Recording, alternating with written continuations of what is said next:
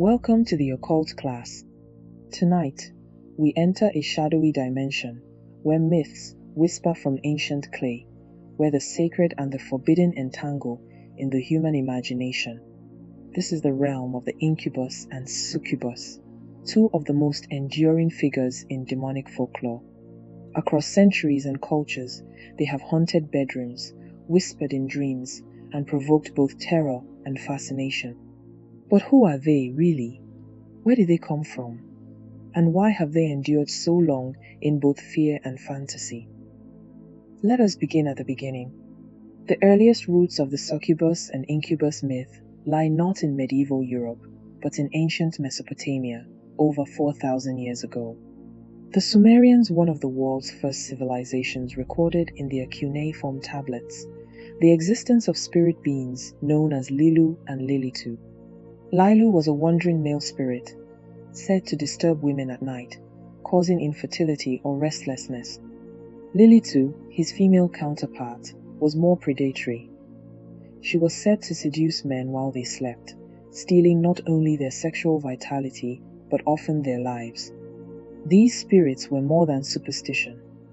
They were explanations for what couldn't be understood: night terrors, sleep paralysis, spontaneous ejaculation, infertility.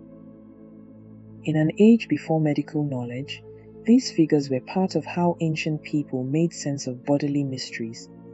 As Mesopotamian culture blended with Babylonian and Assyrian traditions, these beings took on more complex forms. By the time we reach Jewish mysticism in the first few centuries CE, they appear again, but now with new names and theological significance. In the mystical tradition known as Kabbalah, we encounter the figure of Lilith, possibly an evolution of Lilitu. According to the alphabet of Ben Sira, a Jewish folkloric text from the medieval period, Lilith was the first wife of Adam before Eve. Created equally from the earth, she refused to submit to Adam and left the Garden of Eden by invoking the divine name of God. From then on, she became a night demon, mating with men in their dreams, stealing their seed, and giving birth to demonic offspring. She became the archetypal succubus, a seductive female demon draining the life from her victims. Over time, Lilith became the mother of a vast legion of succubi. She was said to be responsible for infant death, nocturnal emissions, and sexual temptation. And through Lilith, the idea of the succubus took hold across the Jewish and Christian worlds. But the incubus had its own trajectory.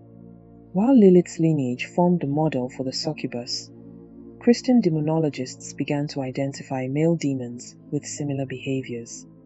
These were the incubi male spirits that lay with women as they slept, sometimes impregnating them. By the 13th century, Christian theologians such as Thomas Aquinas argued that demons could not reproduce on their own, but could steal semen from sleeping men via succubi and implant it in sleeping women via incubi.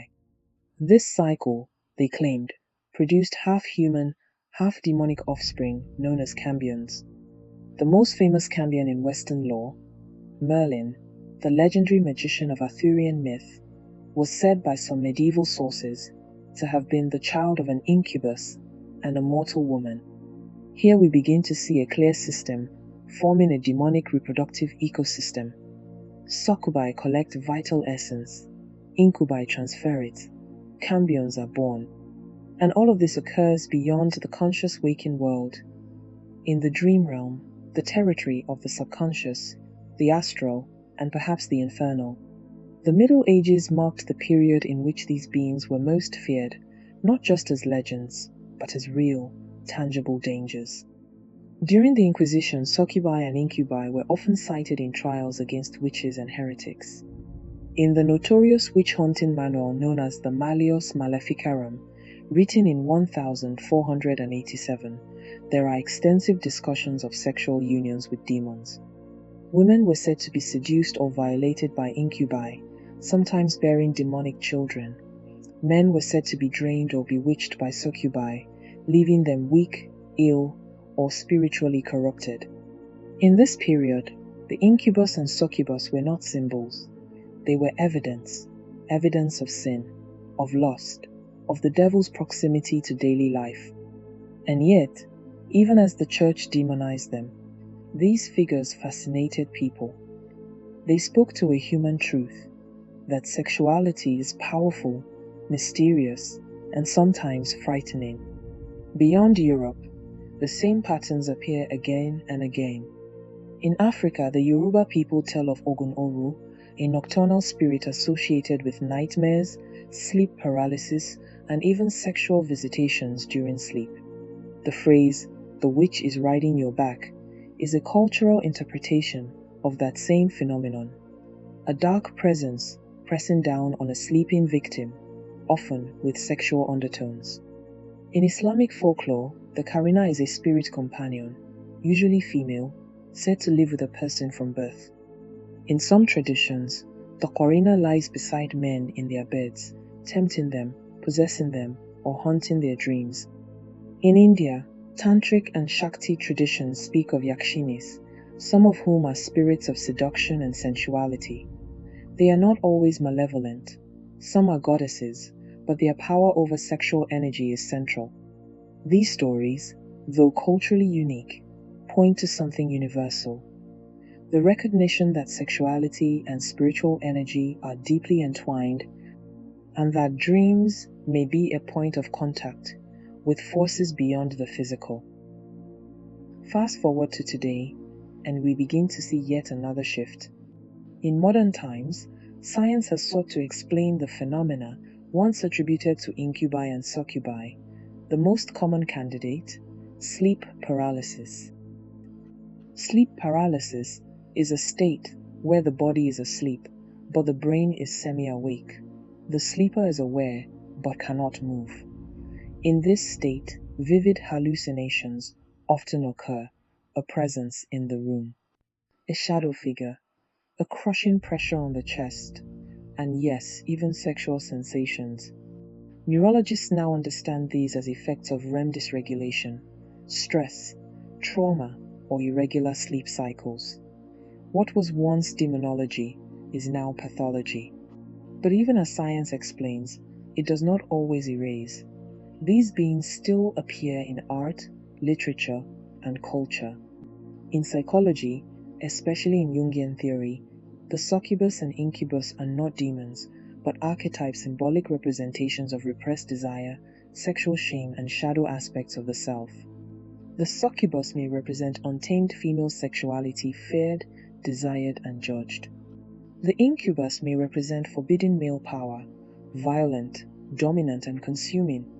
Jung would say these are projections from the unconscious, appearing in dreams because they are not integrated in waking life. But in the occult, these beings remain more than symbols. For the beginner student, the incubus and succubus may represent energies or forces within the astral plane.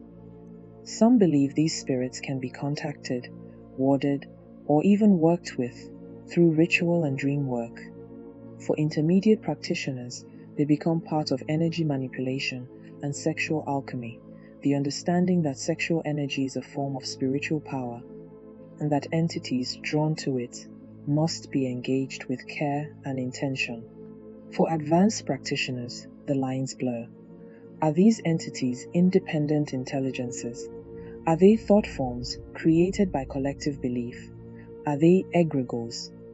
Or are they expressions of something deeper, the interplay between energy, will, and desire across planes of existence?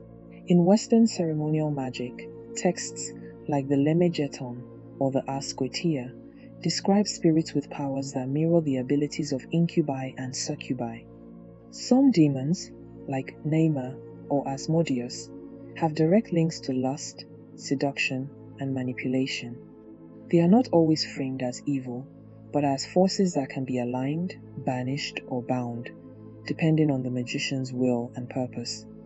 And yes, some modern traditions do include rituals to summon succubi or incubi, though often these are couched in chaos magic or sexual magic, where belief is flexible and results are personal.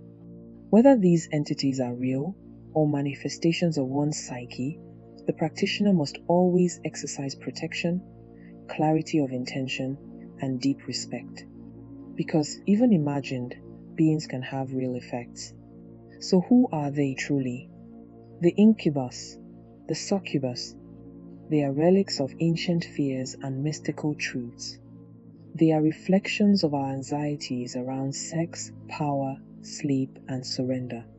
They are characters in humanity's ongoing attempt to understand the spaces between waking and dreaming, the physical and the spiritual. They may be demons. They may be archetypes. They may be both. But above all, they endure.